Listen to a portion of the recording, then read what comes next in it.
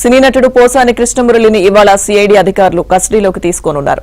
ఒక్కరోజు కస్టడీకి కోర్టు అనుమతించడంతో ఉదయం 10 గంటల నుంచి సాయంత్రం 5 గంటల వరకు పోసానిని సిఐడి అధికారులు ప్రశ్నించనున్నారు. ప్రెస్ మీట్ లో అసభ్య పదజాలంతో దూషించినందుకు పోసానిపై సిఐడి కేసు నమోదైంది. ప్రస్తుతం గుంటూరు జైల్లో పోసాని రిమాండ్ ఖైదీగా ఉన్నారు. పోసాని కస్టడీకి సంబంధించిన పూర్తి అప్డేట్స్ మా ప్రతినిధి సాంబశివరావు అందిస్తారు.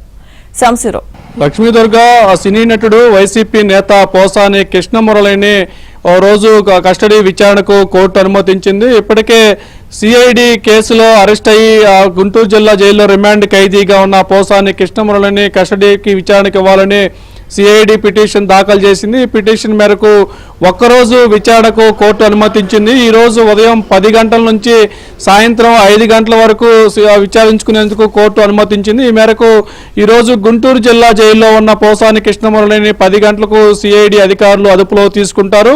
సాయంత్రం గుంటూరులోని సిఐడి రీజనల్ కార్యాలయంలో సాయంత్రం 5 గంటల వరకు విచారణ చేసి అనంతరం తిరిగి మళ్ళీ గుంటూరు జిల్లా జైల్లో అయితే పోసానిని వదిలిపెట్టే ప్రక్రియ అయితే ఉంది. మొత్తంగా చంద్రబాబు నాయుడు మోడీ కాళ్లు పట్టుకున్నాడంటూ ఒక మార్ఫింగ్ ఫోటోతో హైదరాబాద్ లో మీడియా సమావేశం ఏర్పాటు చేసి చంద్రబాబుని తెలుగుదేశం పార్టీని దుర్భాషలాడి అసభ్య పదచారంతో దూషించారని చెప్పి గుంటూరు జిల్లా పొన్నూరుకు చెందిన బండారు వంశీకృష్ణ అనే ఒక తెలుగు యువత నేత ఇచ్చిన ఫిర్యాదు మేరకు సిఐడి పోలీసులు కేసు నమోదు చేశారు. ఈ కేసు నేపథ్యంలో గత కొద్ది రోజుల క్రితం అదుపులో పీటీ వారెంట్ మీద అదుపులో తీసుకొని గుంటూరు కోర్టులో హాజరుపరచగా 14 రోజులు రిమాండ్ విధించిన పరిస్థితి అయితే ఉంది.